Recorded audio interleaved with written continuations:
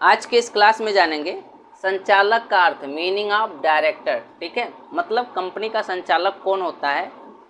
तो संचालक को एक ऐसे व्यक्ति के रूप में परिभाषित किया जा सकता है जो कंपनी के मामलों का निर्देशन, नियंत्रण एवं प्रबंधन करता है।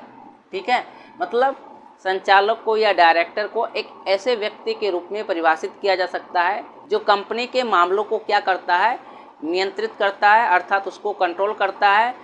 ठीक है, उसको मैनेज करता है और उसका क्या करता है, निर्देशन करता है। वो क्या कहलाता है, कंपनी का डायरेक्टर कहलाता है। कंपनी अधिनियम 2013 की धारा 234 के अनुसार संचालक से तात्पर्य एक बोर्ड द्वारा नियुक्त व्यक्ति से है। चालक से तात्पर्य कंपनी बोर्ड के द्वारा जिस व्यक्ति को नियुक्त किया जाता है वही क्या कहलाता है, कंपनी का डायरेक्टर कहलाता है या संचालक कहलाता है। ठीक है, और अन्य शब्दों में बात करते हैं तो संचालक को विभिन्न क्षमताओं से संदर्भित किया जाता है। मतलब जो डायरेक्टर होता है उसको विभिन्न क्षमताओं से संदर्भित किया जाता है।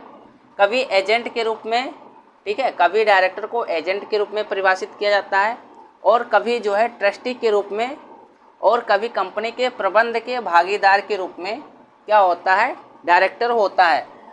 एक निर्देशक कंपनी का एक अधिकारी होता है। जो डायरेक्टर होता है वो कंपनी का क्या होता है, एक अधिकारी होता है। एक निर्देशक कंपनी के मामलों को नियंत्रित करता है। ठीक है, और डायरेक्टर क्या करता है, कंपनी के जो भी मैटर होते हैं, मामले होते हैं, उसको क्या करता है, नियंत्रित करता है, कंट्रोल करता है। ठीक है, वह एक पेशेवर व्यक्ति होता है। और डायरेक्टर क्या होता है, एक पेशेवर व्यक्ति होता है, यद्यपि वह किसी पारिश्रमिक के लिए कंपनी पर रखा जाता है और वह कंपनी के कार्यों को नियंत्रित करने के लिए एक कर्मचारी के रूप में कार्य करता है। ठीक, मतलब डायरेक्टर जो है कंपनी के जो भी कार्य होते हैं उसको बेहतर तरीके से नियंत्रित करने के लिए, कंट्रोल करने के लिए एक कर्मचारी के रूप में भी कार्य करता है। फिर भी वह कंपनी का नौकर नहीं होता है। ठीक है, फिर भी वह कंपनी का नौकर नहीं होता है, वह वास्तव में एक कर्मचारी भी नहीं है। डायरेक्टर जो है वास्तव में देखा जाए तो कंपनी का एक कर्मचारी भी नहीं होता है और ना ही विशेष अधिकारों और लाभों का हकदार है जो कंपनी के अन्य कर्मचारियों को प्रदान किए जाते हैं। ठीक है, मतलब जो कंपनी के अन्य कर्मचारियों को प्रदान किए जाते हैं, ये हो जाएंगे डायरेक्टर का मीनिंग।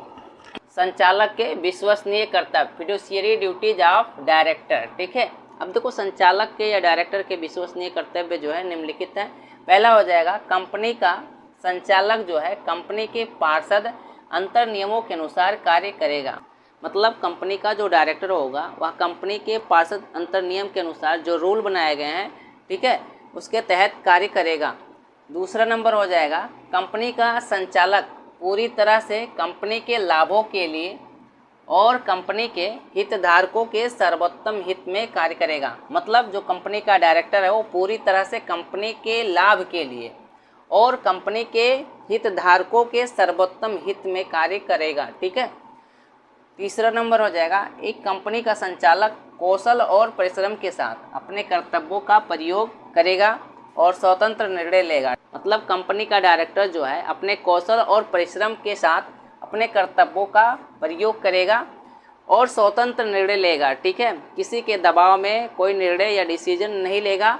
ठीक, चौथा नंबर हो जाएगा, किसी कंपनी के एक संचालक को अपने या अपने रिश्तेदारों, भागीदारों या सहयोगियों को या तो किसी भी अनुचित लाभ को प्राप्त करने का प्रयास नहीं करना चाहिए। ठीक है, मतलब डायरेक्टर को अपने या अपने रिश्तेदारों, भागीदारों या सहयोगियों को किसी भी अनुचित लाभ को प्राप्त करने का प्रयास बिल्कुल नहीं करना चाहिए।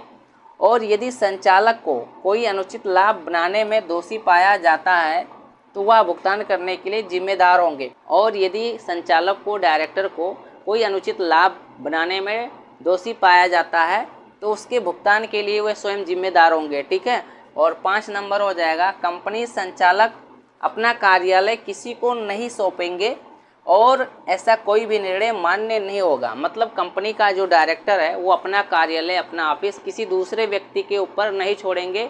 ठीक है, या नहीं सौंपेंगे और ऐसा कोई भी निर्णय मान्य नहीं होगा।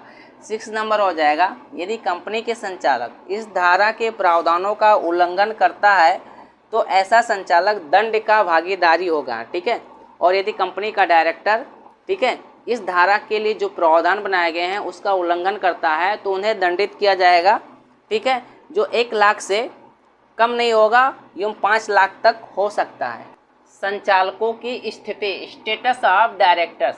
अब देखो संचालकों की स्थिति क्या होती है, तो संचालकों की स्थिति निम्नलिखित है, जिसमें पहला हो जाएगा संचालक एजेंट के रूप में, डायरेक्टर एज ए एजेंट। संचालकों की नियुक्ति जो है एजेंट के रूप में नहीं की जाती है, किंतु वे गर्भित रूप से कंपनी के एजेंट के रूप में कार्य करते हैं। संचालक अपनी कंपनी के लिए तथा कंपनी की ओर से वे सभी कार्य करते हैं जिन्हें करने का उन्हें जो है स्पष्ट एवं गर्भित अधिकार होता है। दूसरा नंबर हो जाएगा संचालक प्रन्यासी के रूप में, डायरेक्टर ऑफ ट्रस्टी। प्रायः संचालकों को कंपनी के धन और संपत्ति के प्रन्यासी के रूप में भी संदर्भित किया जाता है। ये जो है कंपनी के मामलों को नियंत्रित करते हैं, कंट्रोल करते हैं। वे कंपनी के धन और उसकी संपत्ति के प्रभारी भी होते हैं। संचालकों को कंपनी के धन, संपत्ति तथा प्राप्त अधिकारों का कंपनी के हित में सदुपयोग करना चाहिए। ट्रस्टी होने के नाते उन्हें ईमानदारी से और कंपनी के हितों में कार्य को करना चाहिए। तीसरा नंबर हो जाएगा प्रबंध के भागीदार के रूप में, director as a managing partners. संचालकों को प्रबंध भागीदार के रूप में वर्णित किया गया है क्योंकि उन्हें कंपनी के मामलों और प्रबंधन के नियंत्रण की जिम्मेदारी जो है सौंपी गई है।